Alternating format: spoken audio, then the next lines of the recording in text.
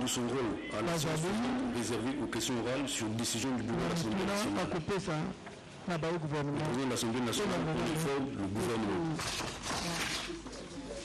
Honorable le premier secrétaire. Monsieur le Président, Honorable Jérémy Lissouba, Honorable Férion Constant Patrick Ngasaki, Honorable Olga Clarisse Sita,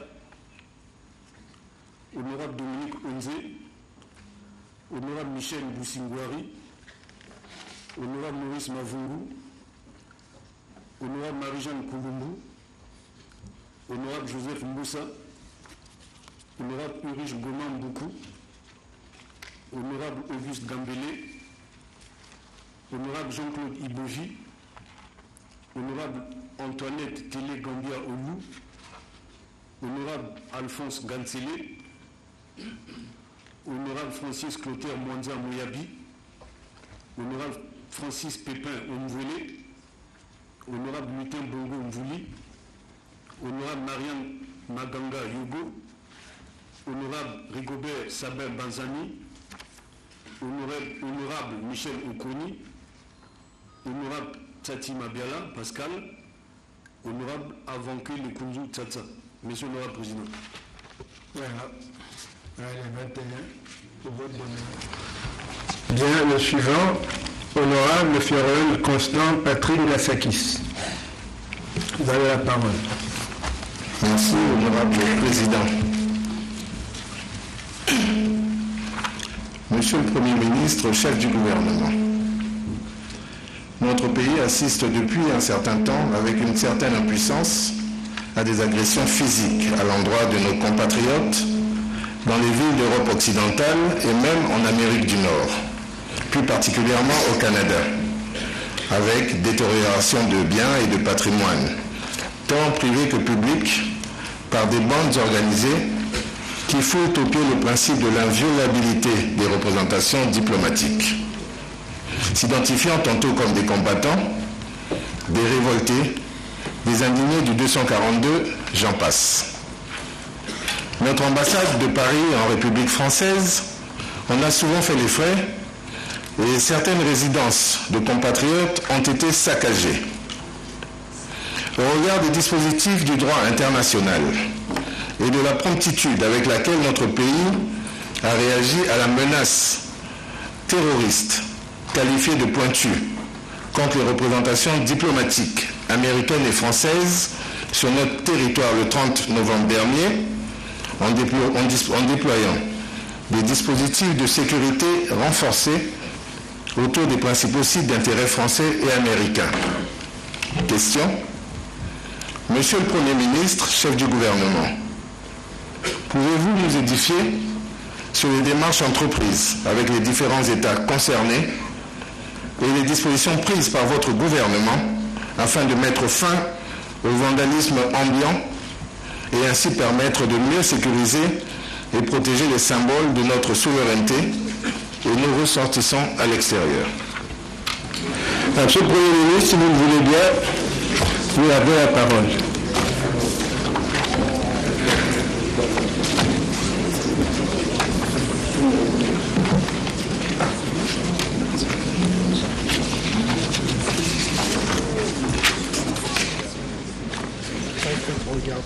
La dernière question, c'était l'honorable Férion Constant Patrick Ngasaki. Il parle de relations avec l'international. Nous, on attaque nos ambassades, nos diplomates. Oui, ce qui s'est passé à Paris est connu, et ce n'est pas la seule fois. Mais la Convention de 1961, elle fait obligation aux États de protéger les diplomates que vous logez chez vous.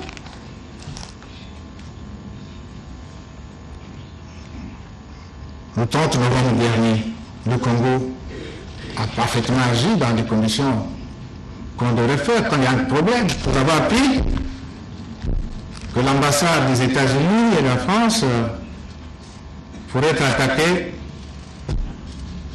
par des terroristes. Mais nous avons été réactifs. On a apporté l'appui qu'il fallait pour protéger ces ambassades. Nous demandons de même que nos partenaires, ceux qui sont en relation diplomatique avec nous, en fassent autant. Maintenant, s'agissant de certains comportements de certains de nos compatriotes ailleurs, profitant du fait que la liberté d'expression surtout, qui quelquefois s'attaquerait à des autorités, à leurs compatriotes qui passent notamment dans une ville comme Paris, un député qui passe à Paris est maintenant en danger, un ministre qui passe il est en danger par véritablement des voyous. Ça aussi nous l'avons dit aux partenaires français qu'on ne peut pas comprendre que ce soit ainsi. Mais là ça recourt au droit commun. Si on s'attaque à quelqu'un, on va jusqu'à son domicile, la France est organisée pour régler ce type de questions. Donc nous comptons simplement que la Convention de Vienne s'applique de manière réciproque comme nous avons su le faire, et donc je n'en dis pas plus. Ce domaine est également géré. Nous avons même, quand la sphère est arrivée au niveau de Paris à l'époque, nous avons pris un arrêté ici, le 14 août 2017, portant création, attribution et organisation du détachement de sécurité de protection des missions diplomatiques et consulaires à la République du Congo. Il est en train d'être mis en œuvre, toujours pour des questions de moyens. Concrètement, ça veut dire quoi? Que nous devons à Paris avoir quelques forces congolaises qui sont là pour veiller aux intérêts congolais. Naturellement avec l'accord des pays dans lesquels nous sommes installés. Donc voilà, à ce niveau-là, donc c'est également une industrie qui est gérée, mais on demande simplement que la Convention de Vienne soit parfaitement appliquée. Cela nous éviterait de faire des commentaires superflus. Voilà, honorable président, j'espère avoir respecté mes 50 minutes. J'en ai terminé et merci beaucoup. J'ai débordé les 5 minutes, mais c'est pour la bonne cause. Honorable Ngaseki. Merci, honorable président. Je ne vais pas être aussi grave que précédemment, mais je veux juste constater avec beaucoup de plaisir, je sais gré à Monsieur le Premier ministre, chef du gouvernement, d'avoir répondu à ma question. Je suis aussi très heureux de savoir qu'il y a un arrêté qui met en place un corps de protection pour le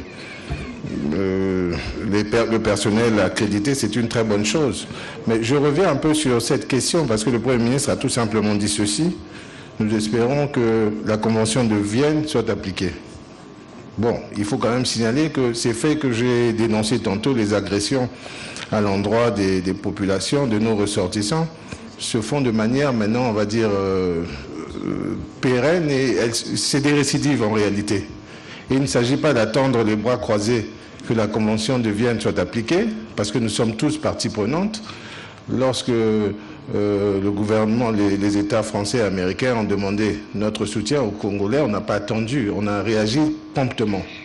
Et aujourd'hui, je pense qu'il faille plutôt réagir rapidement, aussi rapidement, parce que tous les jours qui passent, nos ressortissants, nos représentations sont tout le temps menacées d'être pillées. Donc je veux dire qu'à la limite, il faudrait peut-être diplomatiquement leur rappeler leurs obligations et leurs devoirs de protection justement de nos ressortissants et de la protection justement des missions diplomatiques. J'ai dit, honorable président, et encore merci à monsieur le Premier ministre d'avoir répondu à la question. Merci.